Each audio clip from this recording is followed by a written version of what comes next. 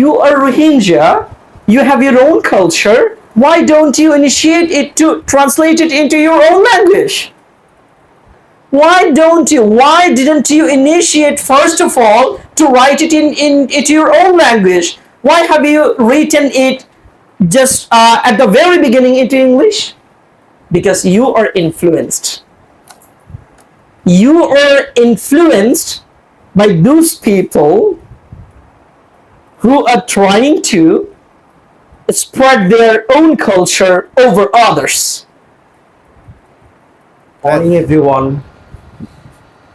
First of all, just I would like to recite some of the verses from Holy Quran. That is, the first verse, اقرأ باسم ربك الذي خلق خلق الإنسان.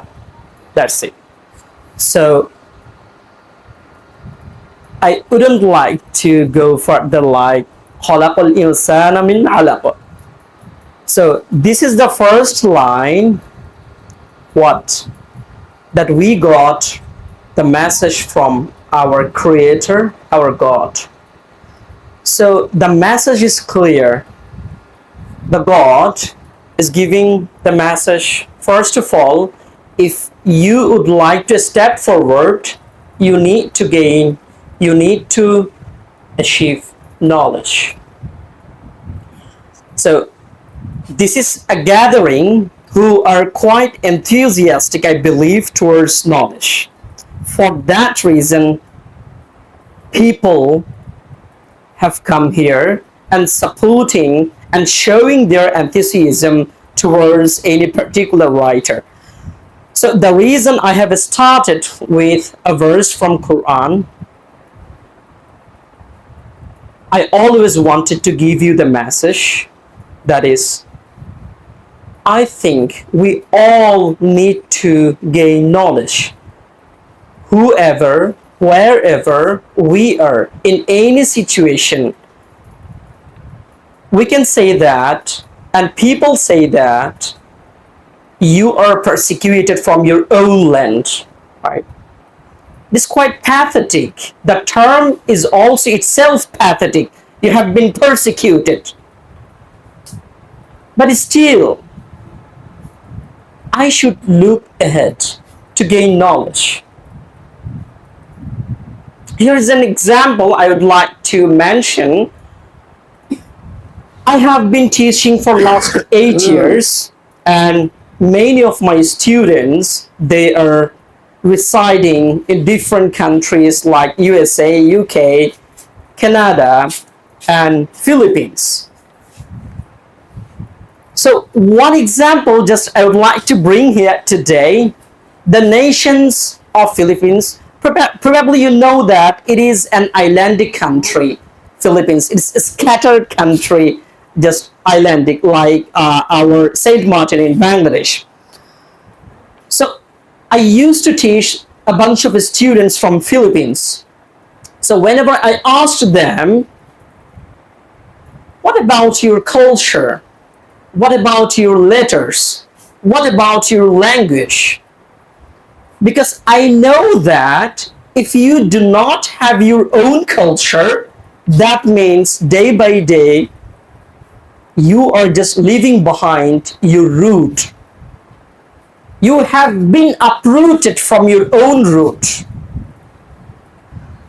So whenever I asked them, what about your culture and language? They told me that, and the student was aged like 25. He was 25, a graduate student, and he was saying that, sir, we used to have our own letters, our own alphabet, but currently we are not aware of that. By the passage of time, we have lost those items. So now, how do you express yourself? That was my second question. And he replied me that, now we express through English alphabet, but the language is Philippines. Through English letters, but the language is Philippines. Look how dependent they have totally lost their alphabet and letters because they did not practice, they did not take initiative to protect that. Probably at the early age of their time, they were unable to understand the importance of culture. But you people have your own culture still. I see. We also encourage you to practice that. Even we practice at our office. For example, we have written office room at the door of our office room. We write office room, but below that we also translate it into Rohingya language, because we encourage you to hold your own culture. So Kamal, he is my student. He missed one of his class with me last week. At that time, we have been shifted to our new center. So what do? I will be coming to that a bit later. So I shifted that center last week, and there I tried to put on some kinds of cloth that is related to your culture.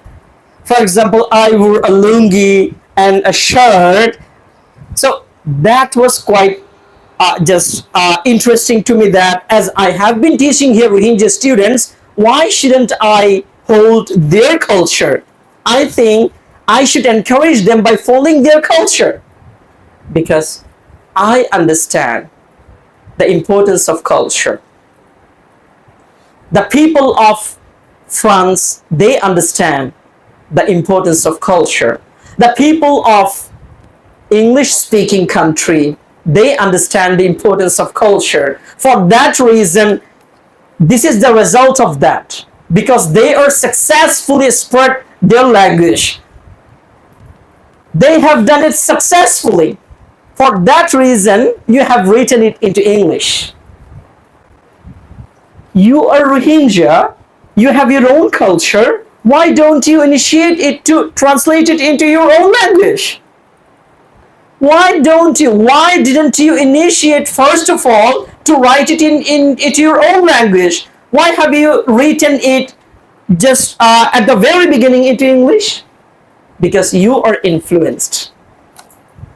You are influenced by those people who are trying to spread their own culture over others.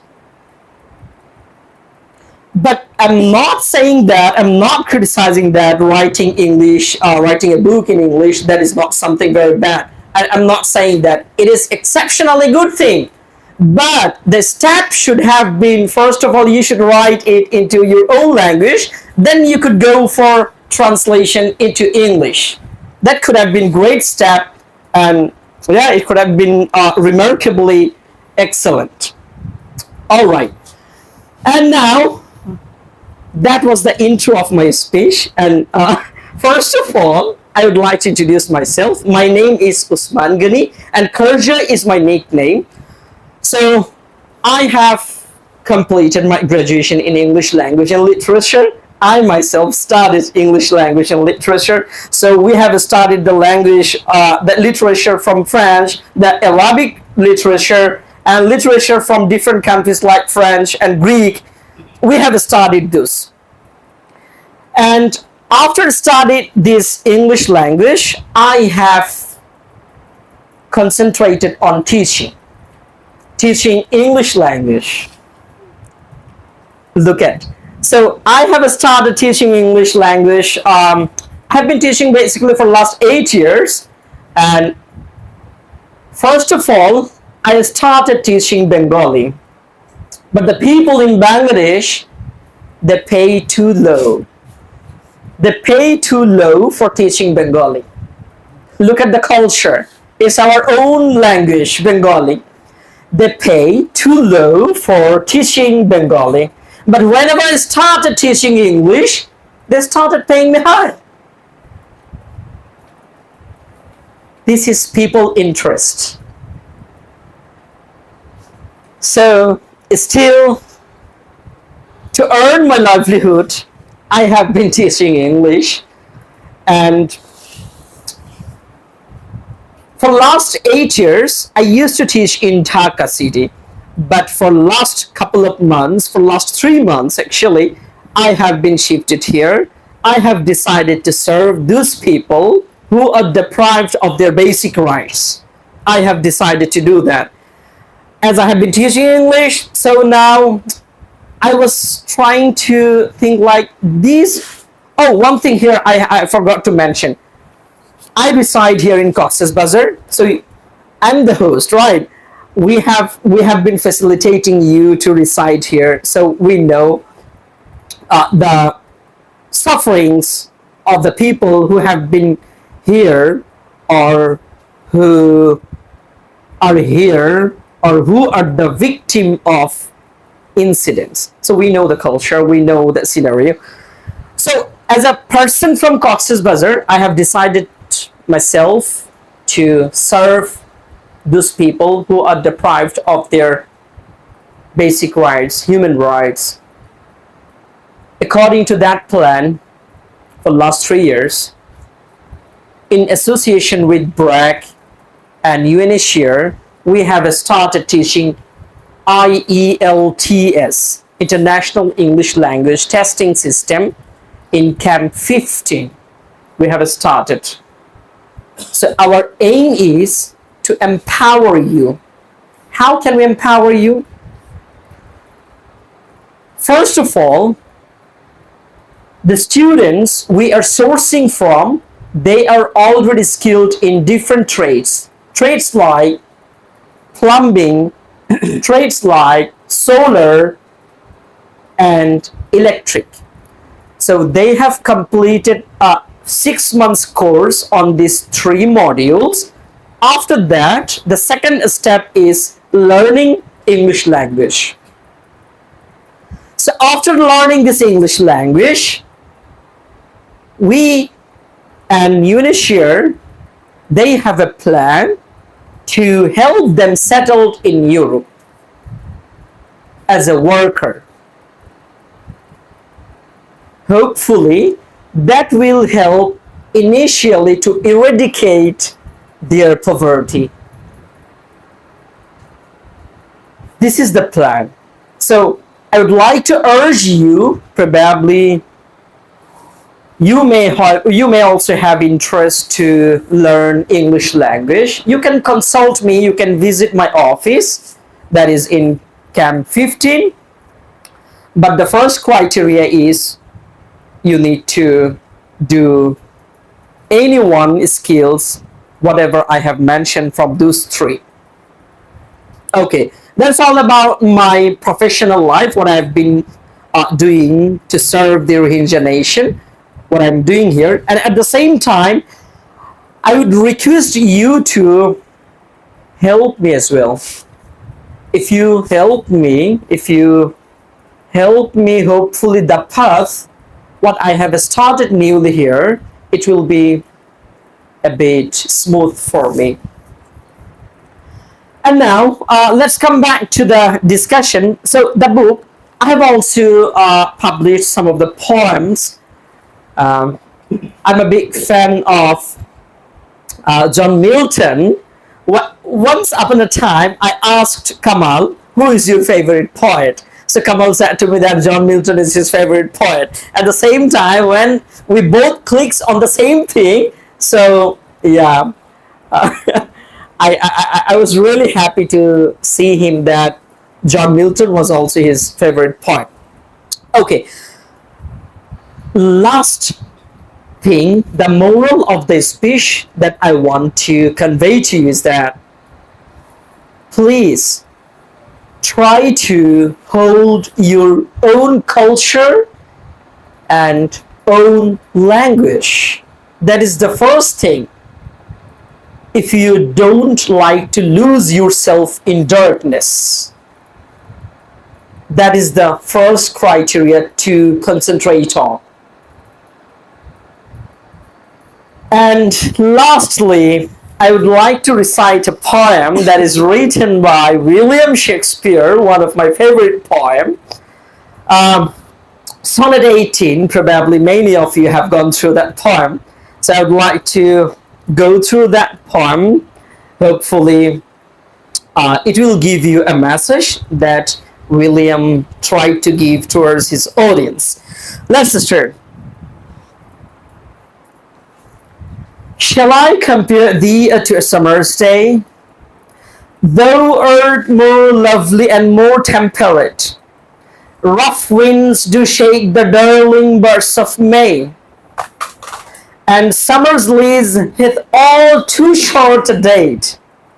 Sometime too hot the eye of heaven shines, and often is his gold complexion dimmed, and every fair from fair sometime declines, by chance or nature's changing course untrained.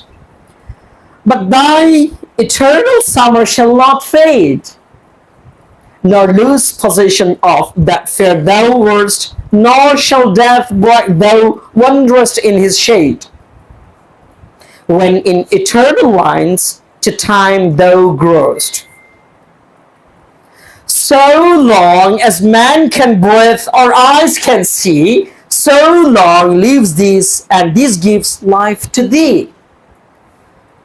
So here, that two couplet, the last couplet, what has been written by Shakespeare, here's a message that so long as man can breathe or eyes can see, I believe Rohingya culture will be here in the earth. So long man can breathe. Thank you so much, everyone. Thank you.